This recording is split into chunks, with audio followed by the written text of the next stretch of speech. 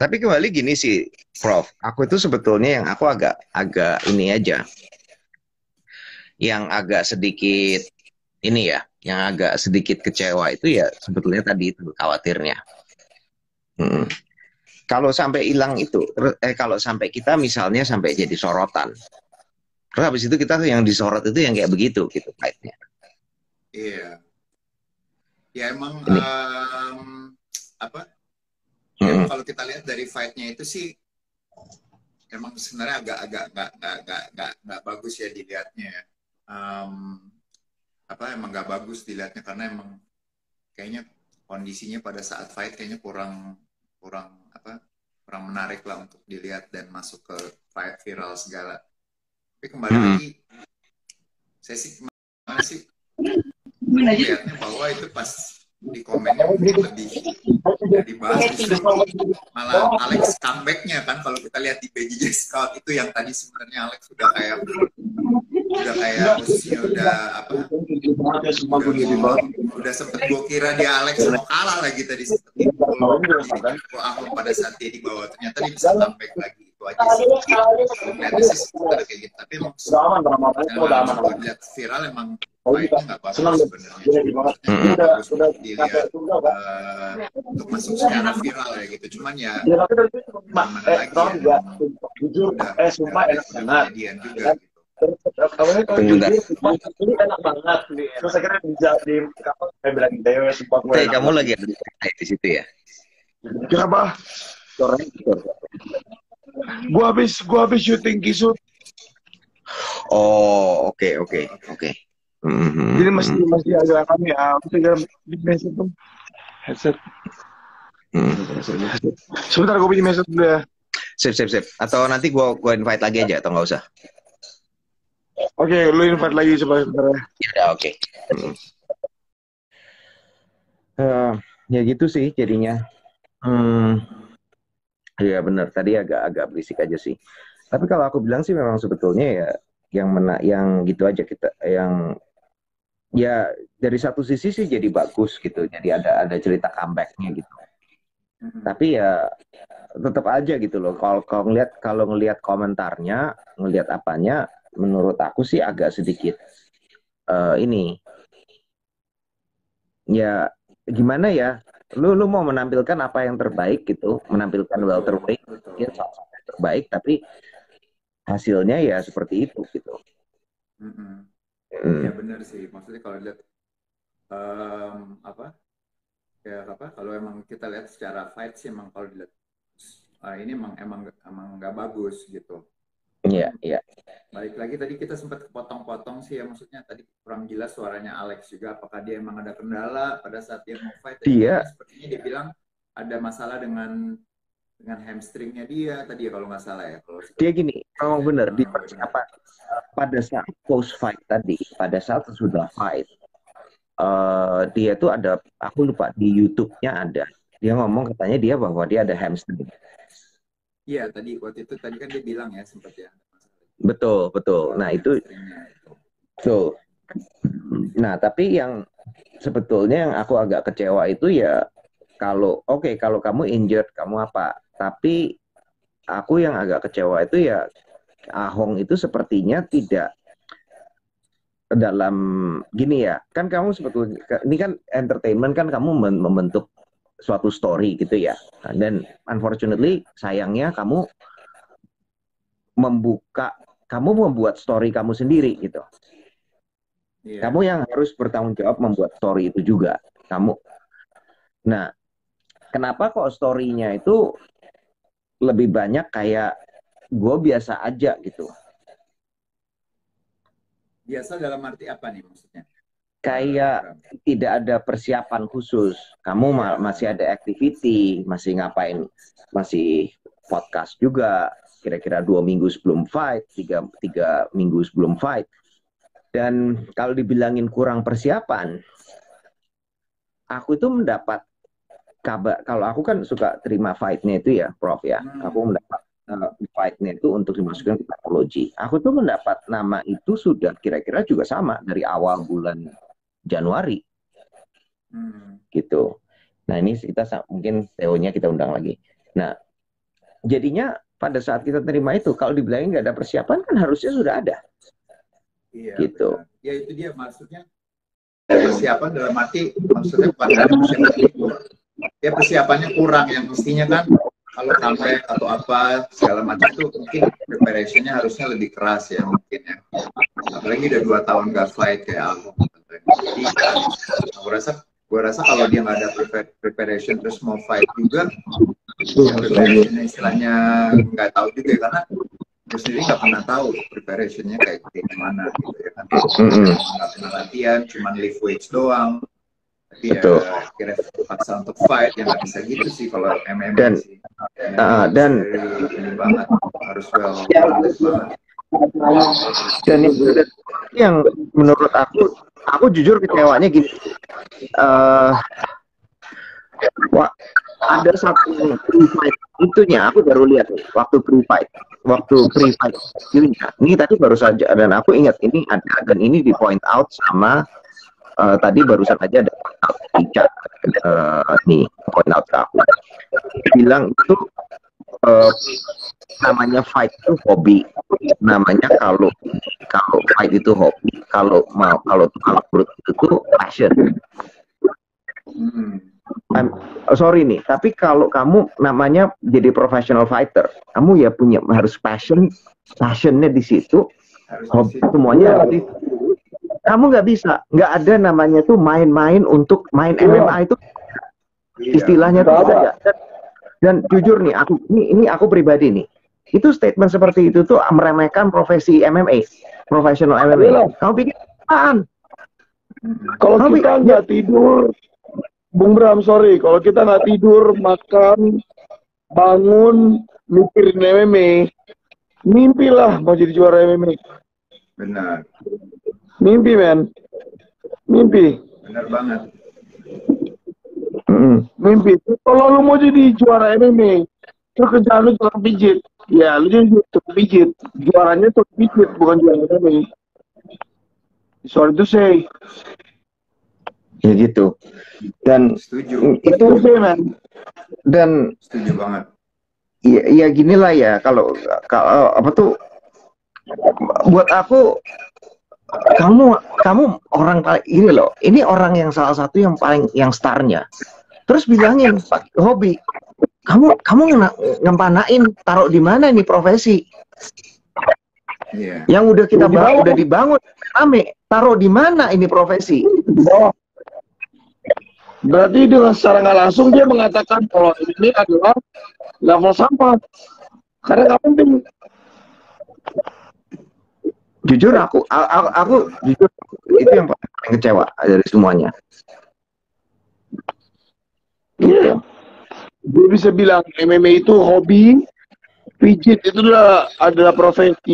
Wah, awas. Gila sih. Ya, that's not right. Nggak boleh. That's not right. Oke, anyway. Not right. Dan nah udahlah, kita coba ke ini deh, kita ke ML ini aja, Q&A-nya segambreng nih soalnya. Ya, kita mulai. Oke. Ini ada nanya dari Dwi Indradewa yang selalu setia terus, ada Prof Dedi, Bung Bram, dan Theo, pesan dan sarannya buat Ahong setelah apa lihat pertandingan doi.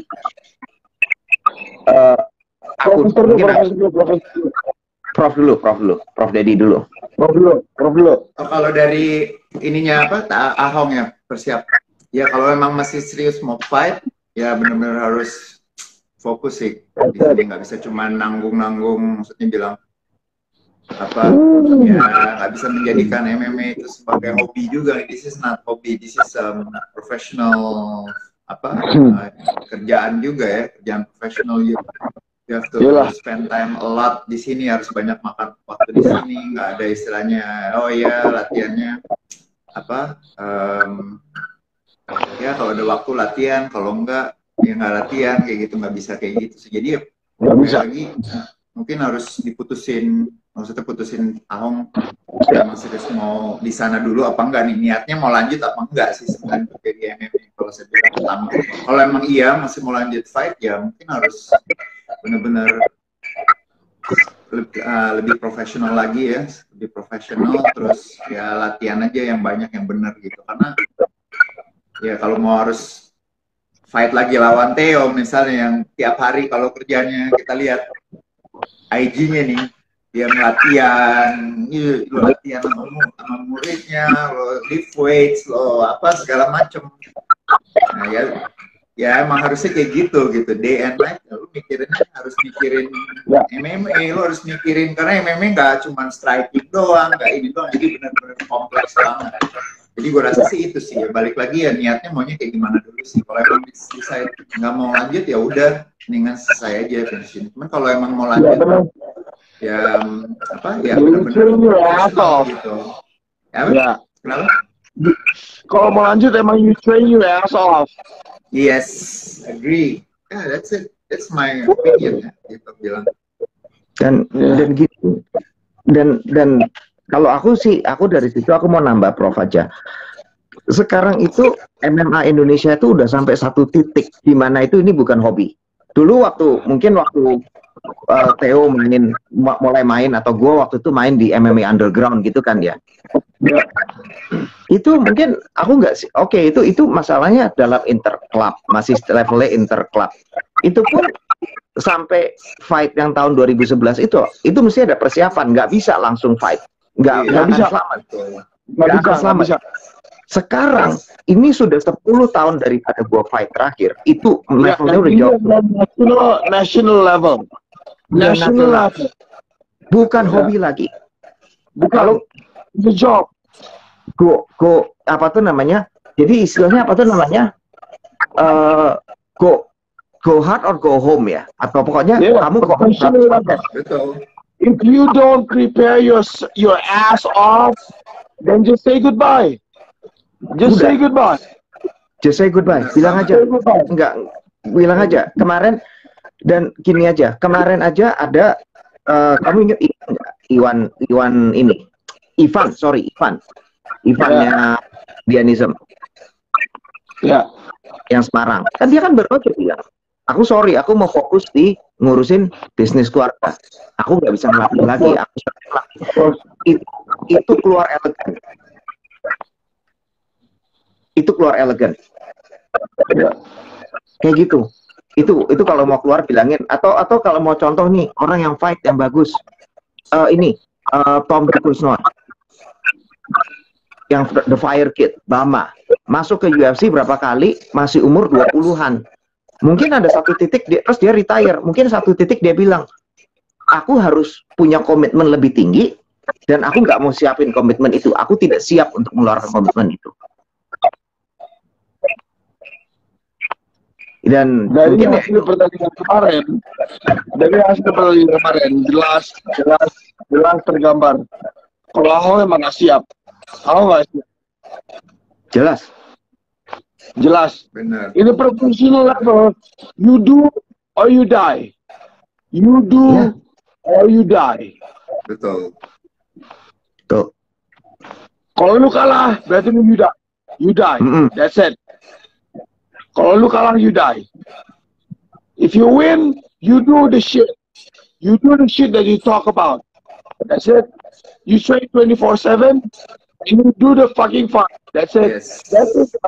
It's true. Nah. Benar. Oke. So ini pertanyaannya untuk itu ya. Yang tadi ya, kita jawab ya, majunya seperti apa. Oke.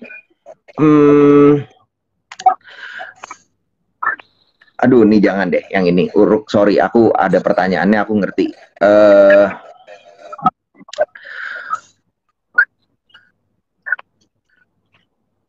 Pesan buat Bang Theo sendiri, kenapa buat Ahong? Oh, dia udah sama tadi udah kan.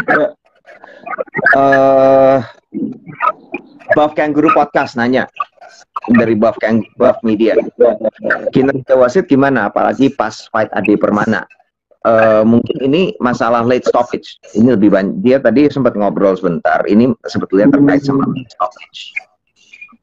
Nah, gue boleh jawab dulu nggak? Boleh, silakan. Menurut gue ya, kinerja seorang wasit itu tergantung dari pengalaman dia memantau sebuah sebuah pertandingan bela diri, tergantung berapa lama dia pernah memantau bela diri dan berapa dekat dia memantau sebuah pertandingan bela diri selama pengalaman yang dimiliki. Jadi menurut gua terlambat atau enggak seorang wasit memberikan keputusan itu tergantung pengalaman mereka masing-masing. Ya. Jadi kalau kita hubungin sama pertandingan Ade Permana, ada beberapa wasit yang melihat itu sudah dia dapat tidak layak dilanjutkan, dan ada beberapa yang memandang itu layak dilanjutkan. Jadi ya tergantung pengalaman masing-masing sih. Cuman kalau gue lihat kemarin it's a good decision sih. It's a good decision sih. Karena apa?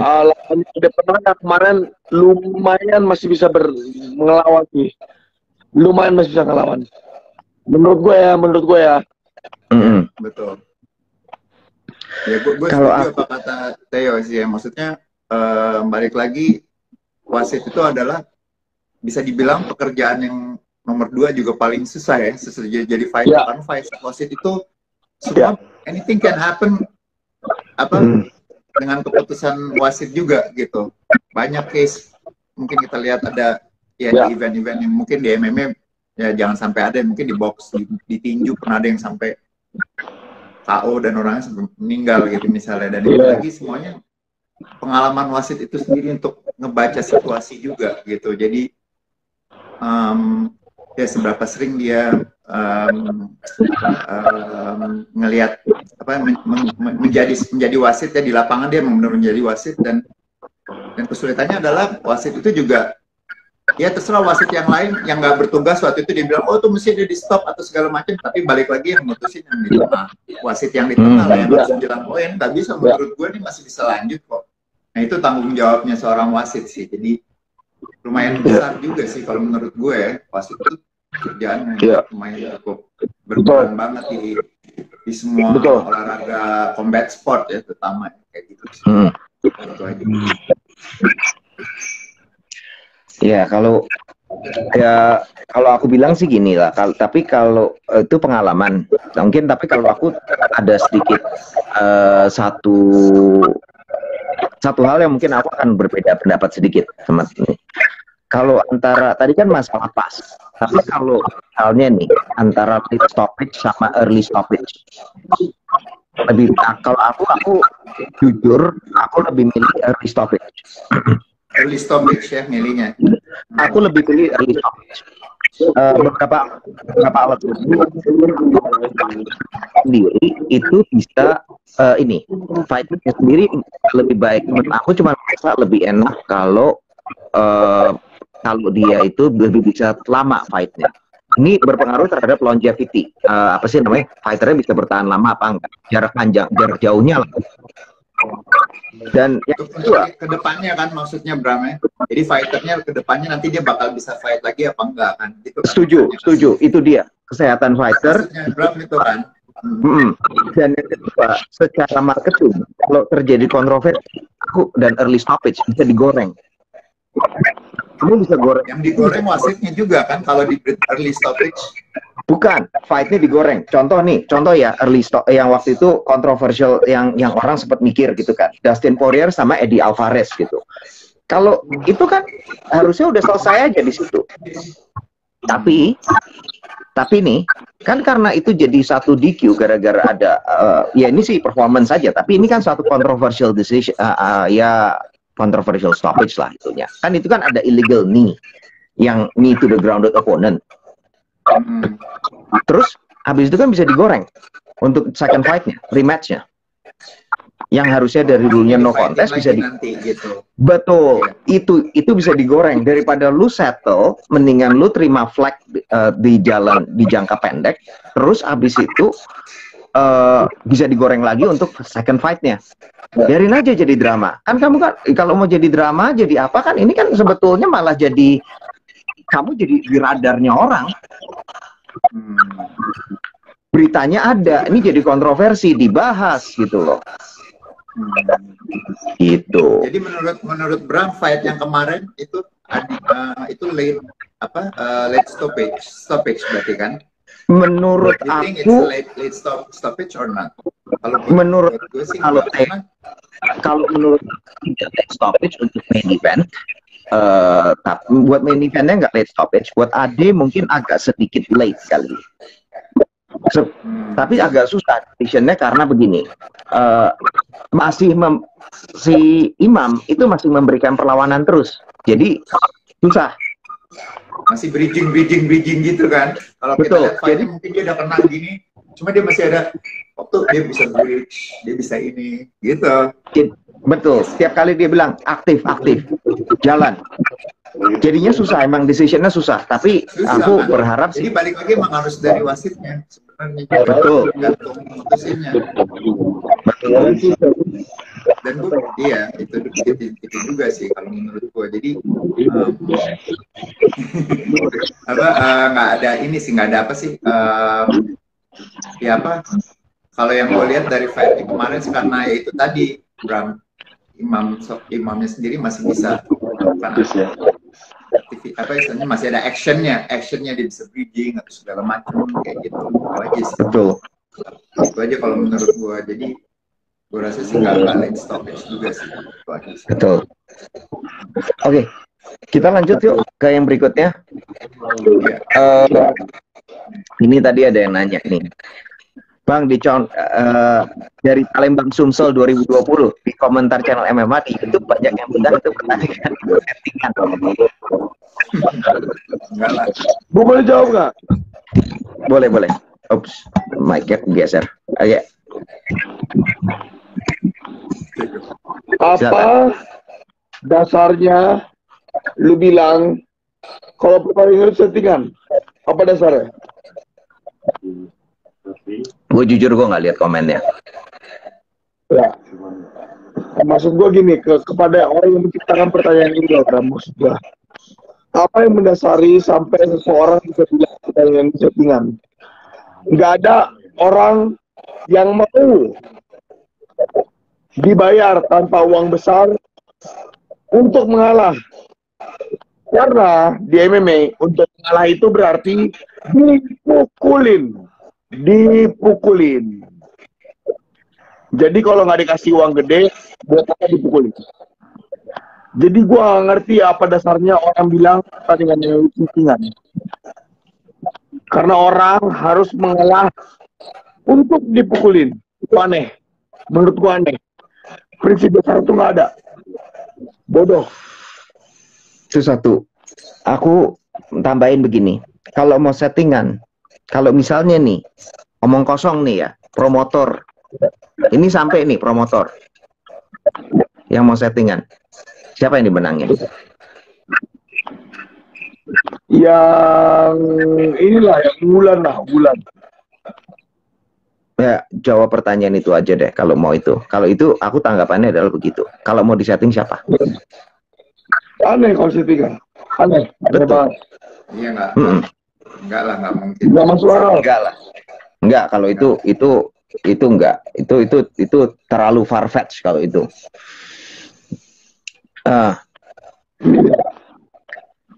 Nah, kalau ini mengenai rematch, kalau Ahong masih ngotot minta rematch, gimana respon Bang Teo? Mimpi guys. Dari John Yins tadi. Seburuk apapun keadaannya, Singakaro always finish the fight. Always. Never give up. Always finish the fight. Always. Oke. Kita lanjut aja. Ini ada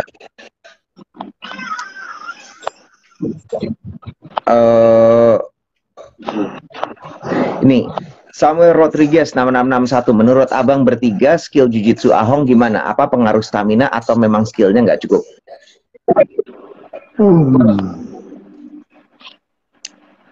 Prof Dedi dulu nggak jawab?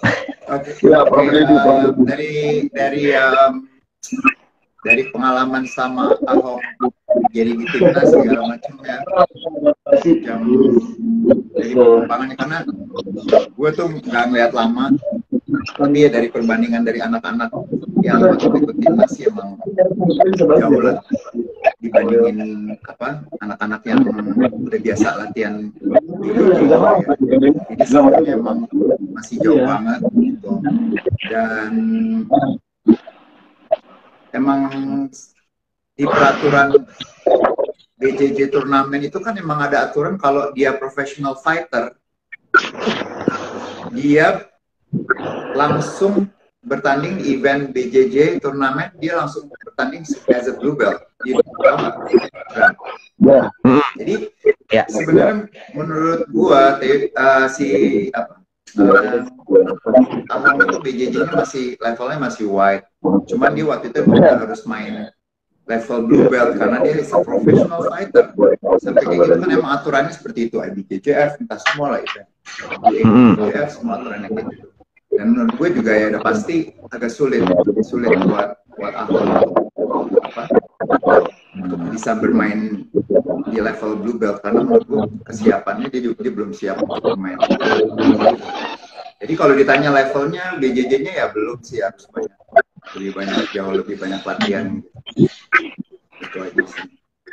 Ya gini lah, mungkin kita lihatnya kalau Prof Dedi ngelihatnya dibandingkan pada timnas yang dimana timnas itu perkembangan skill levelnya pada saat sebelum dan sesudah training camp itu mungkin agak sedikit agak kurang ya perkembangannya gitu ya, saya kira ya. Betul. Karena masih terlalu banyak andelin tenaga juga, terlalu banyak pakai power juga dibandingin yang lain, skillnya juga masih terlalu jauh lah, berbeda.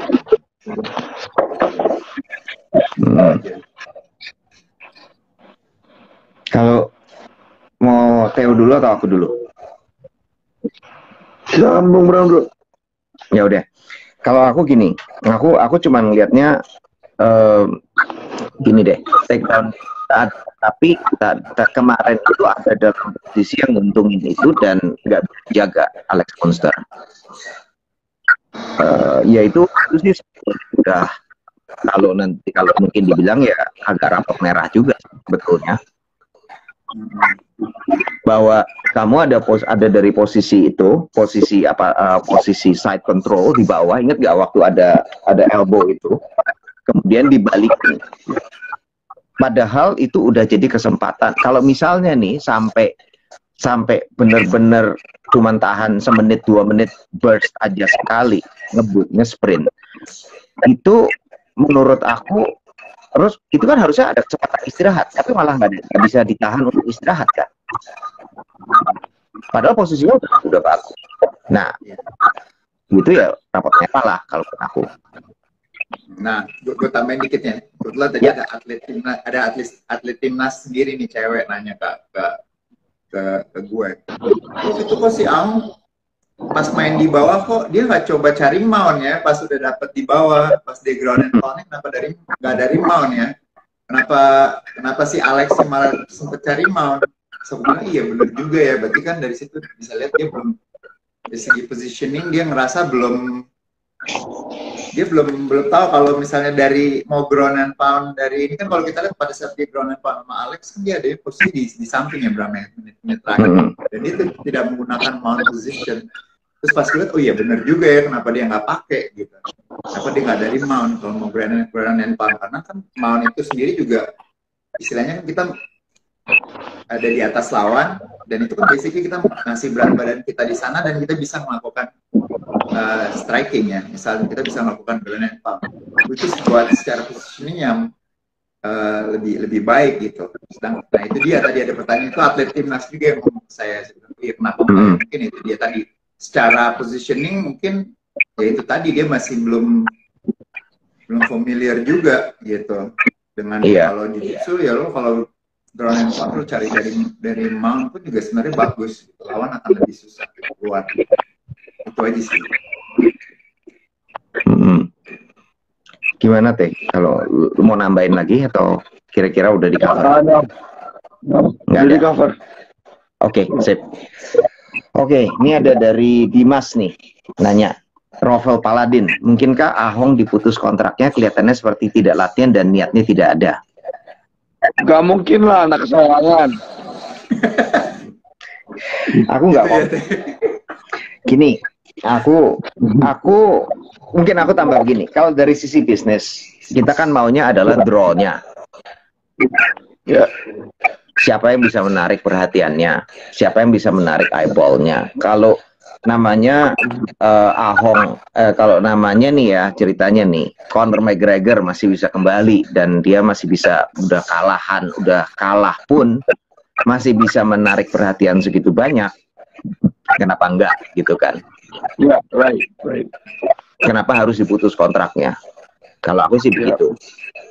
Dari segi bisnisnya, dari segi yang tadi, tapi dari hati kecil aku ya kayak tadi aku bilang, kalau udah nggak niat dibilangin aku cuma memijit, aku itu juga bukan representasi yang bagus di sisi lain. Jadi pertimbangannya adalah dua hal itu. Tapi ya sisanya diskresinya, keputusan terakhirnya terserah pada promotor. Benar. Ya, Tapi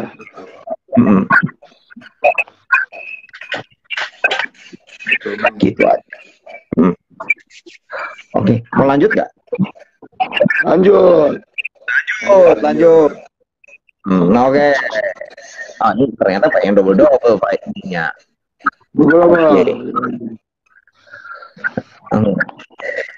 Itu banyak tau nggak yang nulis apa? Minta expose rugi.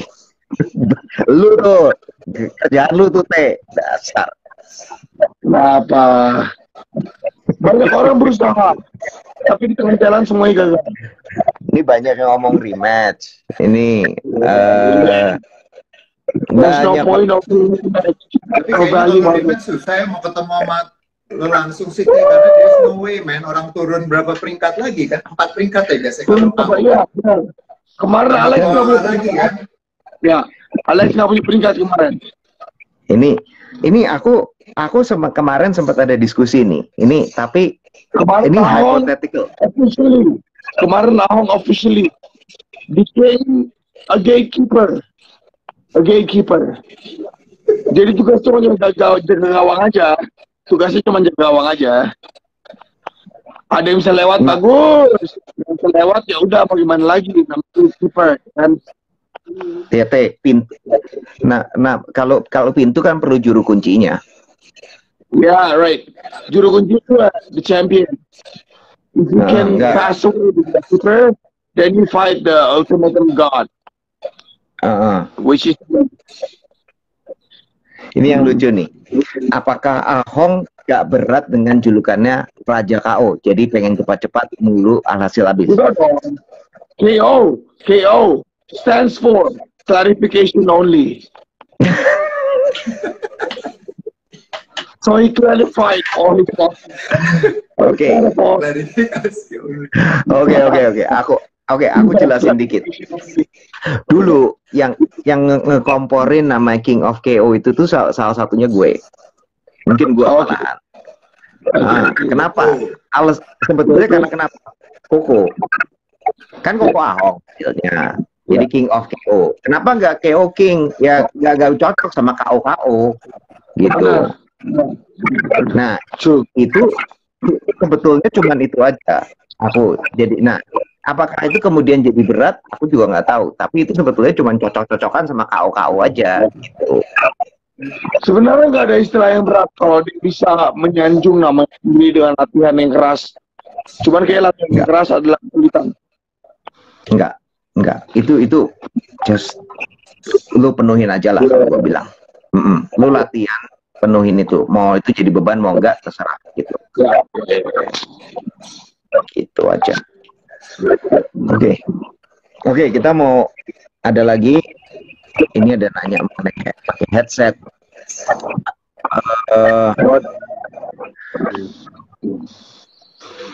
Ini tadi ada yang nanya nih,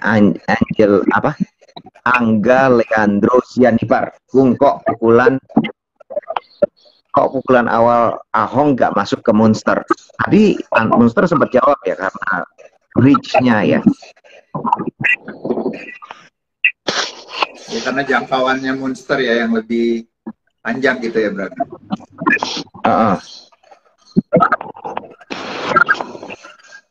Iya. jangkauan reach height advantage-nya, terus habis itu nggak ideal gitu. Iya.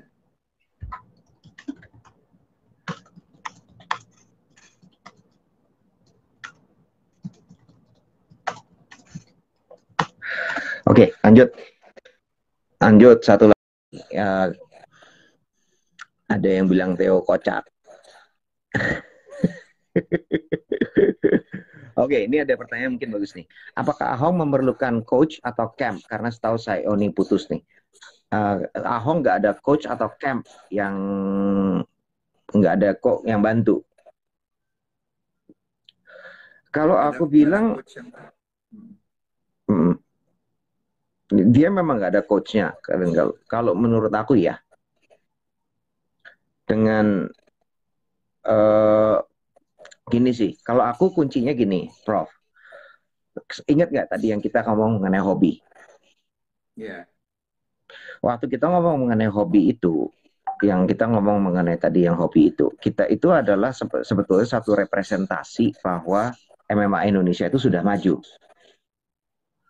Iya, jadinya betul. Kalau sekarang udah maju, untuk jadi profesional itu ya perlu camp. Benar banget, betul. Mungkin Ahong itu yang dulu itu cukup pada level katakan saja season 1 bisa, season 2 mungkin bisa. Betul. Ya, soalnya sekarang ya semakin One Pride ke depan nih, semakin One Pride makin sering ada pertandingan, kita lihat levelnya juga sekarang petarungnya juga semakin membaik ya. Yang tadinya kalau kita lihat banyak main striking aja, terus sekarang banyak juga, udah mulai banyak yang main submission, udah banyak yang main kunci-kuncian segala macem. Nah kalau kita lihat semua petarungnya udah mulai open mind. Kalau kita lihat Billy Pasulatan kemarin latihan, orang dari Manado sampai latihan ke Bali hanya untuk mencari sparring partner, mencari camp untuk bisa mengembangkan permainan di bawah, untuk bisa dia belajar cari kunci-kuncian, submission, dan emang seharusnya seperti itu ya. Jadi mencakupi bukan hanya hampir semua aspek bela diri yang ada ya, bermain stand, bermain atas, pukulan, tendangan, bermain bawah juga harus bisa, fisik pun harus bagus, diet, pola makan harus bagus. Jadi yang gue rasa sih emang balik lagi, kalau emang mau jadi MMA fighter as a professional sport, mau jadi MMA professional athlete ya emang harus seperti itu, harus ada camp.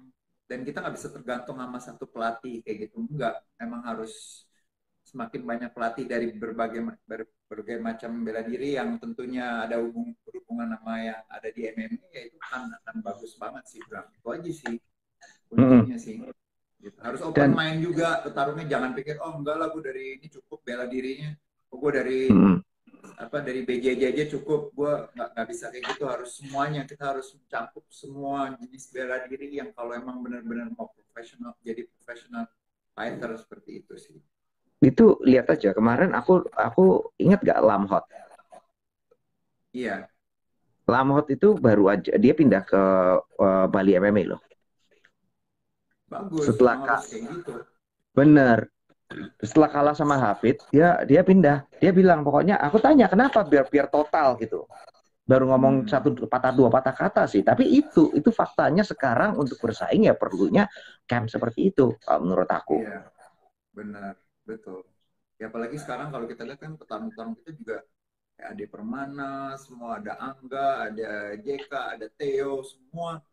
Ya itu udah contoh bahwa ya lihat aja dari cara mereka, program mereka latihan lah ya. Nggak hanya terpaku sama satu jenis bela diri, itu kan bisa menjadi contoh juga sih. Kalau saya bilang sih, gue bilang sih untuk semua petarung di nasional kita ya, mudah-mudahan ya emang harus seperti itu ya. Kalau menjadi petarung emang ya contoh-contohnya udah ada gitu. Juara-juaranya contoh yang kalau gue bilang patut diikutin sih, kayak gitu aja sih.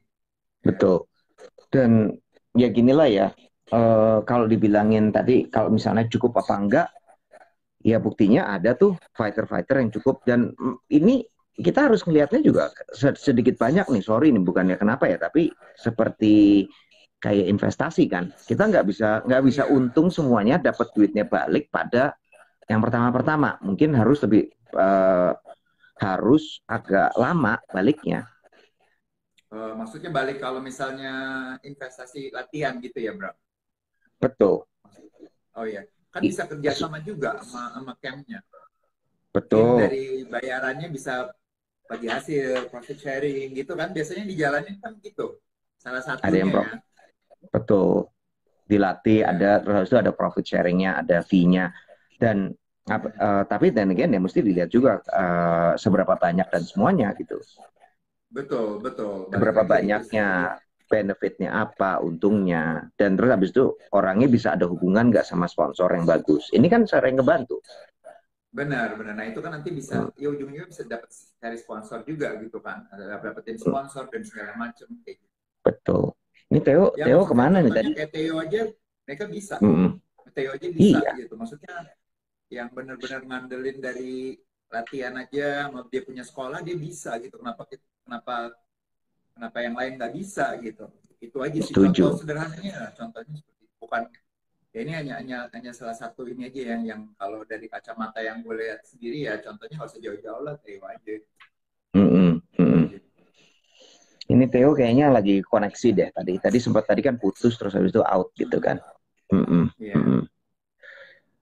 itu deh. Oke, ini banyak yang juga bilang pola latihan salah dari ini mengenai Ahung udah gak layak jadi Batman. Siapa kalau yang jadi Batman? Nggak tahu ada yang nanya-nanya itu. Hmm, ini ada mungkin kita ambil 1 sampai 2 pertanyaan lagi deh ininya. Oke, Hmm, oke. hmm. Um, ini ada pertanyaan. Ini ada pertanyaan sama dari Sen apa? Sean Sayori 10. Izin tanya buat Prof Dedi bedanya BJJ sama Jujitsunya Iji apa ya? Beda ya. Jadi kalau BJJ kita emang ya asal muasalnya juga beda ya. Kalau IJI kan Institut Jiu-Jitsu Indonesia itu asalnya pasti dari jiu-jitsunya yang adanya di Indonesia. Kalau Hmm, BJJ itu ya awalnya yang menciptakan itu ya kalau kita lihat kenapa bisa populer karena BJJ juga disebut Gracie Jiu-Jitsu. Jadi yang mempopulerkan adalah keluarga Gracie itu. Kalau kita hmm, sederhananya kita pasti sering awal-awal BJJ itu kalau kita nonton di awal UFC ya itu pembuktian bahwa Brazilian Jiu-Jitsu emang sangat efektif di mana dia bisa mengalahkan orang yang lebih besar. Waktu itu kalau kita nonton UFC, Royce Gracie ngalahin bukan dengan menggunakan sistem turnamen, malahan waktu itu no weight hmm, class dia bisa ngalahin. Jadi emang secara efektifnya emang BJJ lebih lebih efektif dan sudah terbukti bahwa orang yang lebih besar bisa mengalahkan orang yang lebih kecil. Kalau IJI saya nggak beda ya karena saya pernah lihat juga mungkin ada strikingnya segala macam, cuma saya nggak tahu apakah eventnya apakah ini dia lebih fokusnya kemana saya nggak tahu. Cuma kalau BJJ memang fokusnya punya prinsip bahwa orang yang lebih kecil bisa mengalahkan orang yang lebih besar adalah dengan dulu going to clinch, jadi lawannya ditangkap, dibawa ke bawah dan ngalahinnya dengan teknik kuncian. Gitu. Kuncian itu apa aja? Ada choke, rear naked choke, ada armbar, ada kimura, ada shoulder locks, ada segala macam seperti itu sih. hmm, hmm. Nah, ini ada yang nanya bagus nih. Mengenai Bravo Clemens, angkat beban itu perlu apa enggak? Perlu banget, tapi kembali lagi programnya tentu berbeda ya, kayak sama orang yang mau jadi binaraga misalnya atau bodybuilder dia punya program sama orang yang jadi MMA fighter juga beda gitu. Mungkin kalau Hmm, binaraga bisa dibilang apa ya sistemnya dia main heavy duty, main yang berat-berat terus goalnya adalah hmm, mau bikin gede seperti itu, mau bikin massa otot yang gede atau dia mau membentuk, jadi harus latihan yang berat dan intensitasnya juga nggak perlu terlalu tinggi, maksudnya nggak boleh terlalu lama juga latihannya atau apa. Nah mungkin kalau kalau MMA fighter mungkin lebih banyak yang harus functional ya gerakannya kayak gitu. Terus jadi yang ya Bram bisa nambahin juga lah ya kalau fighting apa MMA program untuk lift weights-nya yang pasti kan kita harus menggerakkan kayak semua badan yaitu komponen exercise atau mungkin ya kayak deadlift, kayak squat kayak gitu-gitu lebih kepake, lebih sering kepake gitu. Ya kayak gitu lah hmm. contohnya clean and jerk, apa itu juga kepake. Dan kalau bukan cuman begini aja sih, ada kalau ini yang saya bilang, ingat kita kalau wrestling itu kan banyak yang namanya isometric, nahan, ada eksplosifnya juga Yes. ada isometricnya, dan itu cenderung berat gitu kan ya, bikin badannya berat.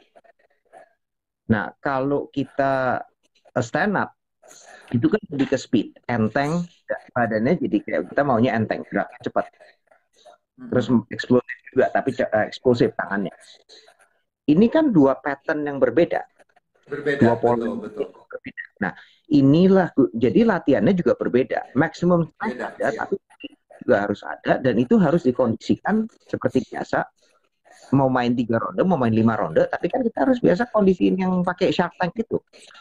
5 ronde 5 menit, tiga ronde 5 menit, apapun itu. Tapi kan kita kan akan sesuaikan dengan pola seperti itu. Nggak cuma asal Betul. seperti kayak bodybuilding aja atau Iya. powerlifting. Powerlifting exercises mungkin ada 7 programnya, tapi nggak harus digabungkan sama yang lain juga. Maximum strength-nya nambah, tapi juga endurance-nya juga ada, Harus ada, explosiveness iya, tetap ada. betul. Betul, betul. Gitu.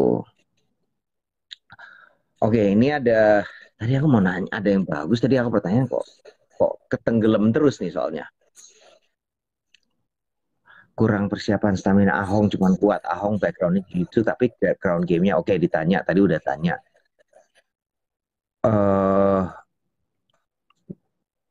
Nah ini dia. Ada satu lagi nih, mungkin aku tanya. Ini ada satu pertanyaan juga.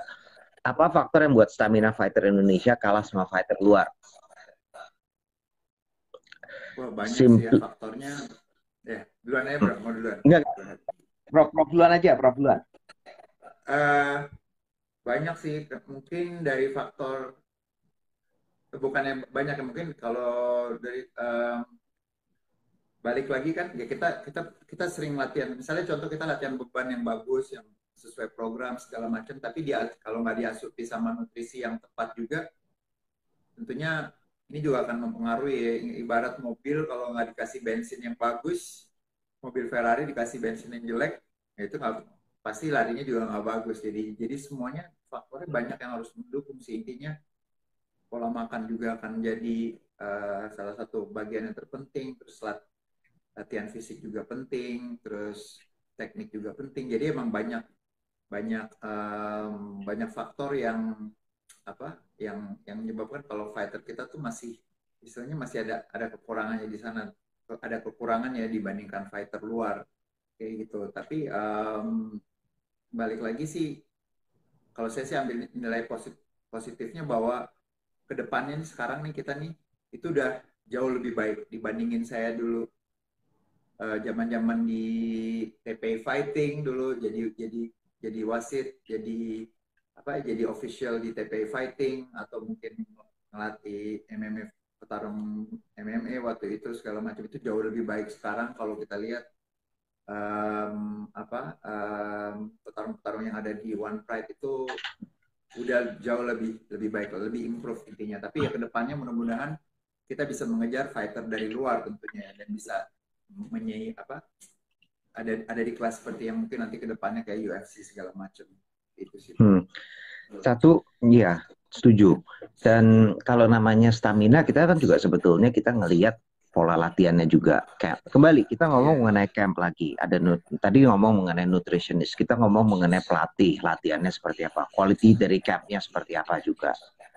Betul. Dan ya gini deh, kita kembali ke diskusi yang sebelumnya aja. Tadi kita sudah bahas cukup panjang. Kalau dibilangin namanya bayarannya kurang, sekarang gini aja deh.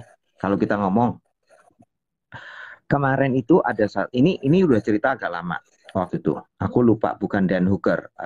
Aku lupa, ada satu fighter. Dia bilang, aku tuh masih ngutang. Dia tuh barusan dapat bayaran 50.000, Prof. 50.000 US. Benar. 50.000 US. Itu berapa tuh? 750 juta?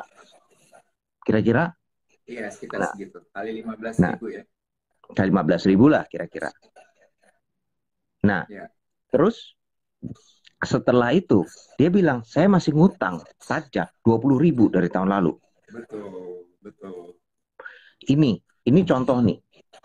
Bukannya berarti bayaran gede, terus habis itu bayaran gede, bayarannya nggak cukup, terus latihannya juga lah, terus habis itu sekejap terus habis itu bakal bisa lebih gampang.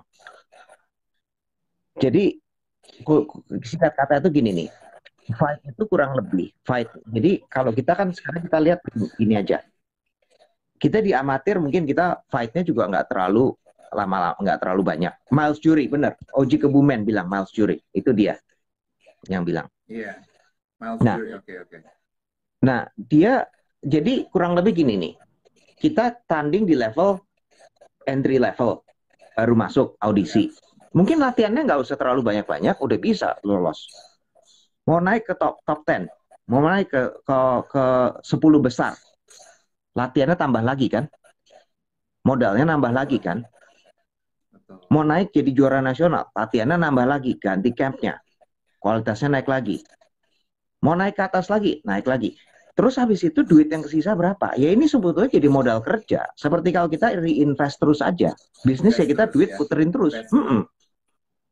Nah, sampai kapan? Nah, kalau aku ngelihatnya, kapan bisa udah mulai itu, kalau kapan mulai bisa agak nyaman, itu kalau bisa pendapatan itu 100.000 US. Iya.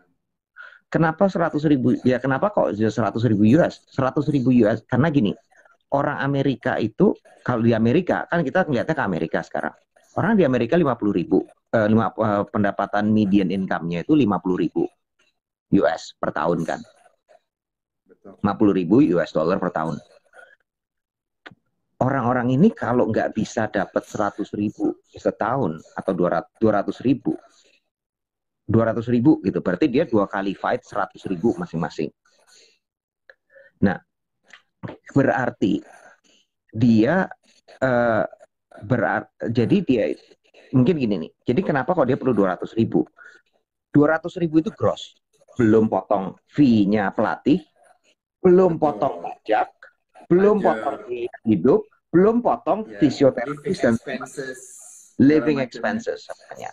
Nah, dipotong-potong sama kayak orang digaji tadi yang 50.000 itu untuk bisa nyampe 50.000, mungkin dia perlu pendapatan sekitar 200.000 atau 2 kali fight 100.000 fight each tiap kali fight. Nah, itu kurang lebih aku bayanginnya begitu, dan itu pun hanya sebatas katakan saja gini nih, itu pendapatan median income-nya bukan per kapita, sorry. Jadi pendapatan rata-rata nilai tengahnya dari pendapatan di Amerika. Mau siapa? Sekarang kita tanya balik udah gitu. Siapa yang fight dibayarin 200.000 di UFC? Gak banyak. Yang dibayarin 100.000 per fight. Gak banyak. Itu. Jadi kalau dibilangin ini masalah bayaran, tolong dicek itunya. Tolong dicek di ininya, dicek di berapa banyak tiap kali itu kan kalau ada UFC fight, ada berita bayarannya berapa, cek berapa tiap kali satu fight card, ada 20, biasanya 15 fight card, ada sekitar 30 orang atau mungkin sekitar 30 orang lah, kurang lebih 25, 24, 30 orang. Dicek berapa yang dibayarin 200.000, 100.000 total ya. Itu aja. Cek itu aja. Iya. Itu. Begitu. Ya udah, mungkin masih ada lagi, Bro? Ya udah, banyak sih sebetulnya pertanyaannya. Banyak ya. Nah, ada yang nanya mengenai fighter miss weight. Kalau untuk mengenai miss weight, aku ada statement. Jadi gini, tolong tontonin, pantengin terus yang namanya One Pride Glory nanti malam. Nanti kita ada bahas juga mengenai fighter yang lagi mengenai fighter yang overweight, yang miss weight tadi. Yeah. Oke. Ini ada, sebelum aku tutup, ini kayaknya ada bagus satu pertanyaan dari Dimas. Menurut kalian, apa Ahong harus swallow his ego dan pindah ke camp MMA beneran? Kayak kasus Ronda. Kalau dia, gimana Prof?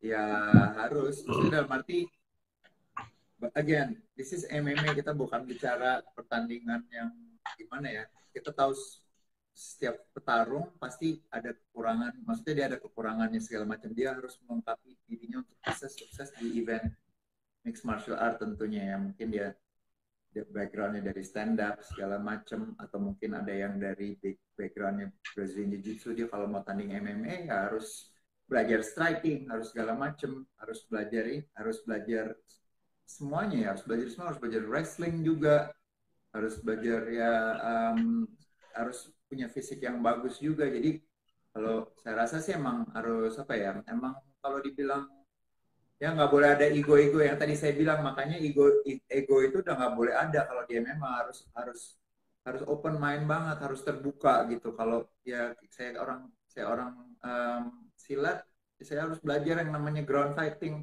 Saya orang BJJ, saya harus belajar stand up fighting. Jadi nggak boleh ada ego lagi pasti. Kalau emang harus pindah ke camp MMA yang beneran ya, kalau emang dia bisa menawarkan yang lebih baik, yang bisanya lebih membuat petarung itu, membuat Ahok menjadi lebih improve levelnya atau segala macem, ya kenapa enggak? Emang harus pindah. Emang kalau mau maju harus seperti itu, kayak gitu. Itu aja sih, Bro. Ya udah, setuju. Ya udah, mungkin kita udahin dulu ya, Prof ya. Ya udah. Ya. Dulu, Prof. Terima kasih semuanya dan teman-teman semua yang udah ngikutin. Terima kasih ya, terima kasih Prof. Teman-teman yang udah ngikutin, terima kasih banyak sudah ngikutin kita semua. Sorry tadi kita mau mencoba bertiga, tapi kayaknya ada connection juga, kayaknya agak ribet juga ya Prof ya. Kalau kita berempat gitu kayaknya makin berat deh kayaknya. Makin berat, bener banget. Gitu. Jadi kita tes dulu. Tapi kita kemarin juga malam, ayo kita coba yuk, gitu kan. Iya. Mendadak juga ya. Tiba-tiba ketemu bertiga, ya udah yuk kita IG bertiga. Why not, kita coba aja. Iya. Ya udah. Oke, baik. Dan saya juga dengan Bung Bram dan dengan Prof Dedi juga, kami berdua pamit dulu dan sampai jumpa lagi pada kesempatan berikutnya. Saja. Us. Bye. See you guys. Bye. Us. Bye.